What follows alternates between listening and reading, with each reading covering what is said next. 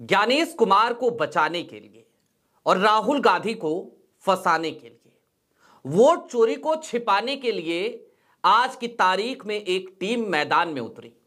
इस टीम को team 272, team 272 नाम दिया है मैंने, क्योंकि इस टीम ने एक चिट्ठी लिखी और इस चिट्ठी में 272 लोगों के हस्ताक्षर थे। लेकिन ये 272 के 272 लोग हैं कौन भाई?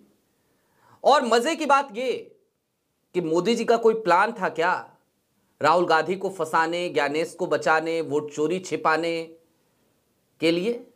और गोदी मीडिया सुबह से बड़े चटकारे ले लेके इस खबर पे खूब जोर दे रही है।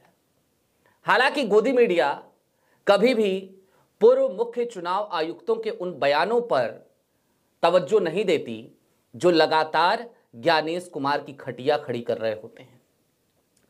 आज की वीडियो थोड़ी लंबी हो सकती है दोस्तों, क्योंकि 272 के 272 का पोस्टमार्टम तो नहीं करूंगा, वो संभव नहीं है, आपको पता है।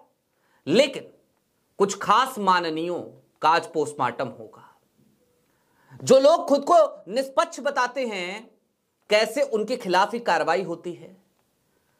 कुछ लोग कैसे पहले जस्टिस सूर्यकांत पे उंगली उठाते हैं, उसके बाद तुरंत बाद कुछ महीनों बाद उनको एक बड़ी अपॉइंटमेंट मिल जाती है। सरकार से कैसे इन लोगों ने मलाई खाई है, सारी बातें जरा विस्तार से करेंगे और फिर आप समझ जाएंगे कि आज की तारीख में जो टीम 272 उतरी है ना, ये कैसे एक्सपोज हो गई है। नमस्कार, मैं स्वप्निल और आप मुद्दा देख रहे हैं। दोस्तों आगे बढ़ें उससे पहले वही छोटी सी अपील। मुद्दा इन दिनों एक गंभीर आर्थिक संकट से जूझ रहा है। एक तरफ हमारे मेन बैंक अकाउंट फ्रीज चल रहे हैं, तो दूसरी तरफ हमारे 28 साल पुराने चैनल को हमसे लंबे समय तक छीन कर रखा गया था। लिहाजा आज की तारीख में डे टू डे ऑपरेशंस में मुद्दा को कुछ मुश्किलों का सामना करना पड़ता है। ऐसे में आपसे अपील है, यदि आप चाहें, यदि आप सक्षम हो तो मुद्दा की छोटी छोटी मदद जरूर कीजिएगा। इसके लिए आप स्क्रीन पर दिख रहे QR कोड या फिर के नीचे दिख रहे UPI नंबर का इस्तेमाल कर सकते हैं। अब आगे बढ़ते हैं और सबसे पहले आपको जरा मैं एक खबर दिखाना चाहता हूं। आपके स्क्रीन पर एक खबर है और यह खबर आपको यह बताती है कि आज की तारीख में कैसे एक बड़ा हंगामा कटा। और यह बड़ा हंगामा किसी और ने नहीं काटा बल्कि 272 लोगों ने काटा। इसमें पूर्व जज शामिल हैं, इसमें जजों के अलावा IPS IAS यानी कि नौकर साहब, ब्यूरोक्रेट शामिल हैं पूर्व, और उसके अलावा सैन्य अधिकारी भी शामिल हैं। कई राजदूत, पूर्व राजदूतों का भी नाम है। अब लेकिन इस पत्र का आखिरी पन्ना मैं आपको जरूर दिखाना चाहता हूं। यह सबसे ज्यादा मायने रखता है। आपकी स्क्रीन पर यह आखिरी पन्ना, इस आखिरी पन्ने पर सिग्नेचर देखिए, आपको एक सिग्नेचर नजर आ रहा होगा, justice SN Dhingra, farmer Delhi high court जज। इन्होंने ये पत्र, इनकी अगुवाई में ये पत्र लिखा गया। आज SN ढींगरा है कौन? आपकी स्क्रीन पर प्रिंट की खबर है। इस खबर से समझिए कौन है SN ढींगरा। रॉबर्ट वाड्रा मामले की जांच करने वाले जस्टिस ढींगरा खुद बेटी की कंपनी की मदद करने के आरोप में कटघरे में। क्या था ये पूरा मामला, जरा ये भी जान लीजिए। और जस्टिस SN ढींगरा के बारे में जान लीजिए। ये दिल्ली हाई कोर्ट के जस्टिस रहे, उस पद से रिटायर हुए। इसके बाद कई मामलों के लिए जो समितियां बनी उसकी अध्यक्षता इन्होंने करी। रॉबर्ट वाड्रा के मामले की जांच भी इनकी ही अध्यक्षता में हुई थी। यही उस आयोग के चेयरपर्सन थे। यहां तक कि सिख दंगे 1984, उसकी जांच भी इन्होंने ही करी थी। रॉबर्ट वाड्रा का जो केस था, उस केस में कांग्रेस ने एक आरोप लगाया था उस समय कि भाई जो जांच हुई ना, आयोग ने जो जांच करी, वो रिपोर्ट लीक कैसे हो गई। रिपोर्ट लीक हुई थी और जाहिर सी बात है रिपोर्ट या तो सरकार लीक कर सकती है या फिर कि आयोग।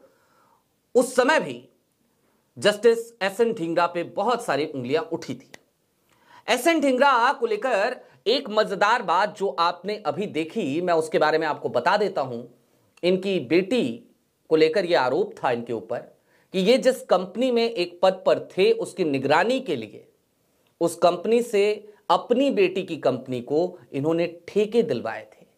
सोचिए, जिस कंपनी की निगरानी करने के लिए आपको नियुक्त किया गया है, उसी कंपनी से ठेके आप अपनी बेटी को दिलवा रहे हैं और उसके बाद आप निष्पक्षता, ईमानदारी, देश के संवैधानिक संस्थाओं, ना जाने क्या क्या बातें करते हैं।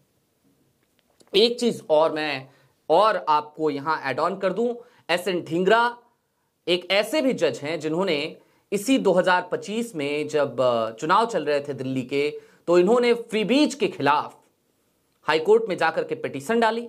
उसके बाद उस पिटीशन को वापस ले लिया और आज की तारीख में बिहार में क्या हुआ आपने देखा, किस तरीके से 10,000 रुपए की रकम बांटी गई, बीच चुनाव भी बांटी गई, उस पर एस.एन. ढींगरा ने एक शब्द नहीं बोला। यह है इनके लिए लोकतंत्र, संविधान। इससे ज्यादा मैं क्रिटिसाइज जस्टिस एस.एन. ढींगरा को नहीं करूंगा। एक एक करके आएंगे। एक और नाम है इस लिस्ट में, उनका नाम है आदर्श गोयल साहब। आदर्श गोयल साहब के बारे में आप ये जान लीजिए कि आदर्श गोयल का नाम मेरे लिए बहुत सम्मान से मैं लेता रहा, अब तक लेता रहा। जनवरी 2018 का साल था। आदर्श गोयल साहब ने एक चिट्ठी लिखी थी चीफ जस्टिस ऑफ इंडिया को, और उस चिट्ठी में would be chief justice justice Suryakant के करप्शन की कुछ बातें करी थी। वो चिट्ठी जब मुझे मिली तो उसके बाद से मैं कायल था आदर्श गोयल साहब का। आपको याद होगा वो चिट्ठी बीते कुछ दिनों पहले से लगातार चर्चाओं में है, लेकिन जनवरी 2018 में ये चिट्ठी लिखी जाती है और जुलाई 2018 आते आते एनजीटी का अध्यक्ष बना दिया जाता है, नेशनल ग्रीन ट्रिब्यूनल का अध्यक्ष बना दिया जाता है आदर्श गोयल साहब को।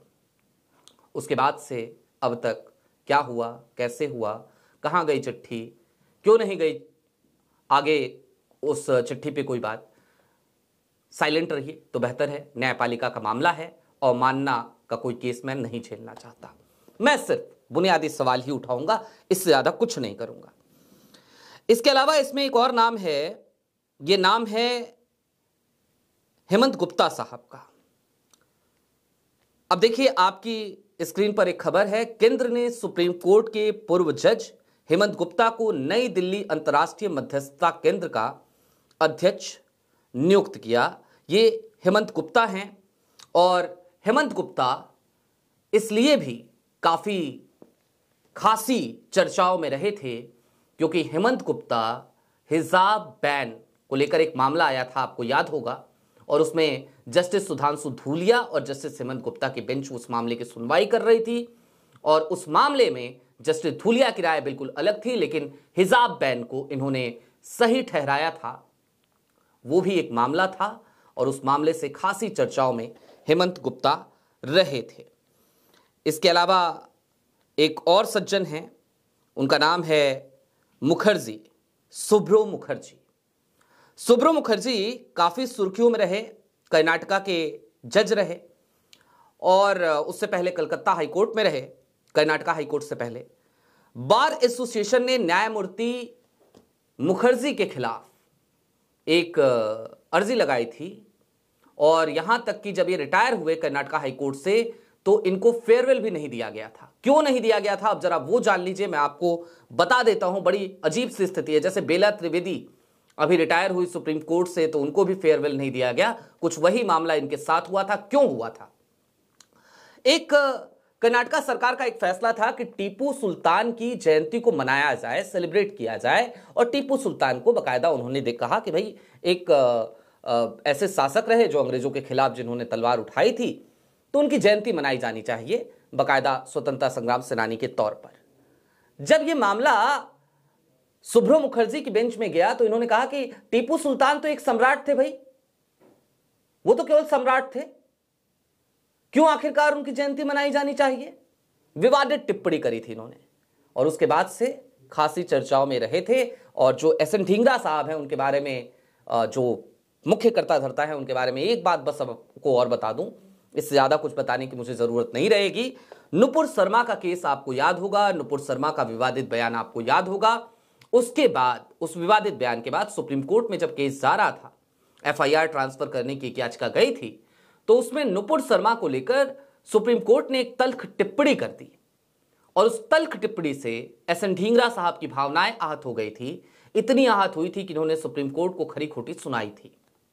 तो ये दिल्ली हाई कोर्ट के पूर्व जज एस.एन. ढींगरा और उनकी टीम 272, मैंने जिसे नाम दिया, ये आज की तारीख में उतरी तो थी राहुल गांधी को बदनाम करने, उनको फंसाने, गोदी मीडिया को एक मसाला देने कि देखो 272 लोग, एक आंकड़ा होता है ना 272, और 272 क्या होता है भाई? 272 सांसद हो तो सरकार बन जाती है भारत में, संसद में। मोदी जी के पसीने छूट गए थे इस बार जब नतीजे आए थे, 240 पे अटके थे।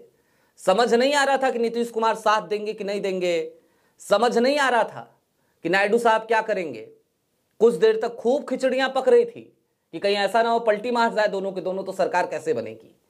वो होता है 272 का जादुई आंकड़ा, मैजिक नंबर, मैजिकल नंबर।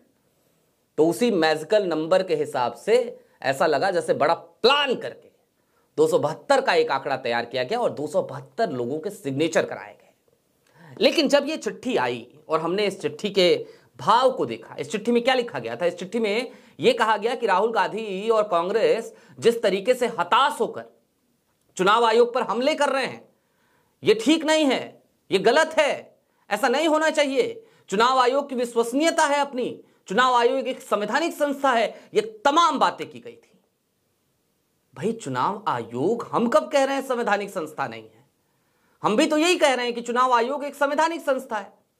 देश का नेता विपक्ष, देश का leader of opposition Rahul Gandhi भी तो यही कह रहा है कि भाई वो संवैधानिक संस्था है। तो संवैधानिक संस्था है तो संवैधानिक संस्था की तरह काम तो करे। ज्ञानेश कुमार के ऊपर राहुल गांधी कोई आरोप लगाते हैं, जवाब कौन देता है? भारतीय जनता पार्टी। ज्ञानेश कुमार से पूछिए, अमित शाह कह रहे हैं बार बार घुसपैठिया घुसपैठिया, कितने घुसपैठिया है? ज्ञानेश कुमार क्या बताते हैं? ये टोटल आंकड़ा है, इसी में वो भी हैं। अरे हम इससे क्या समझे भाई? लिस्ट जारी करो, बताओ कितने थे। वो नहीं बताओगे, सत्ता पक्ष को पूरा क्रेडिट लेने दोगे। एसआईआर करा रहे हो, उसमें कोई ट्रांसपेरेंसी नहीं रखोगे। एसआईआर की पोल खुलती रहेगी, बीएलओ जो है वो प्रेशराइज होकर अपनी जान देते रहेंगे, किसी को ब्रेन स्ट्रोक हो जाएगा, उसके बाद भी कुछ नहीं बोलोगे, चुप रहोगे। और जब भी बोलोगे, जब भी अपना मुंह खोलोगे, तो साहब आप ऐसे मुंह खोलोगे जैसे लगेगा अभी भी आप देश के एक बड़े नेता, दूसरे नंबर वाले, उनकी छत्र छाया से, उनके आभा मंडल से बाहर ही नहीं निकल पाए हो। तो फिर आप पे सवाल क्यों ना उठाया जाए? चुनाव आयोग संवैधानिक संस्था है, हम भी मानते हैं, लेकिन चुनाव आयोग संवैधानिक संस्था की तरह काम तो करे। चुनाव आयोग तो ऐसे काम कर रहा है जैसे भारतीय जनता पार्टी का चुनाव प्रकोष्ठ हो। एसआईआर को तो लोगों ने नाम दे दिया स्पेशल इंटेंसिव रिगिंग, यही तो हो रहा है। तो आज ये 272 लोगों से भी हाथ जोड़ के मेरा एक निवेदन है कि साहब बड़े अच्छे अच्छे पदों पे आप सब काम करते रहे हैं, बड़े अच्छे अच्छे पदों पे। आज की तारीख में आपकी जिम्मेदारी इस देश के लोकतंत्र के प्रति सहानुभूति रखने की होनी चाहिए। मैं बहुत सोच समझ के इस शब्द का इस्तेमाल कर रहा हूं, क्योंकि आपसे मैं ये उम्मीद नहीं कर सकता, जिस तरीके की चिट्ठी आपने लिखी है, कि आप लोकतंत्र के रक्षक बनके और बाकायदा सरकार से या चुनाव आयोग से सवाल करेंगे ना। वो आप नहीं कर सकते, और इसलिए नहीं कर सकते क्योंकि आपके ऊपर, आपके कंधों पर, मैं 272 के 272 का अगर पोस्टमार्टम करता तो शायद पता चलता मुझे, शायद उनमें से कोई इक्का दुक्का ही नाम मिलते जिसके ऊपर कंधों पर कोई बोझ ना हो वर्तमान सरकार का, नहीं तो सब पे होगा। तो आप उस एहसान तले दबे हो, आप कुछ नहीं कर सकते इससे आगे। लिहाजा आपसे अपील है, सहानुभूति तो रख लीजिए लोकतंत्र से। मतदाताओं के साथ जो खिलवाड़ चल रहा है उससे थोड़ी सहानुभूति रख लीजिए, बड़ा जरूरी है साहब, बड़ा जरूरी है। बहरहाल अभी के लिए दीजिए इजाजत। चलते चलते फिर वही अपील, चैनल पर नए हो तो सब्सक्राइब करते हुए जाइएगा, सक्षम हो तो मुद्दा की छोटी छोटी मदद जरूर कीजिएगा। बहुत शुक्रिया।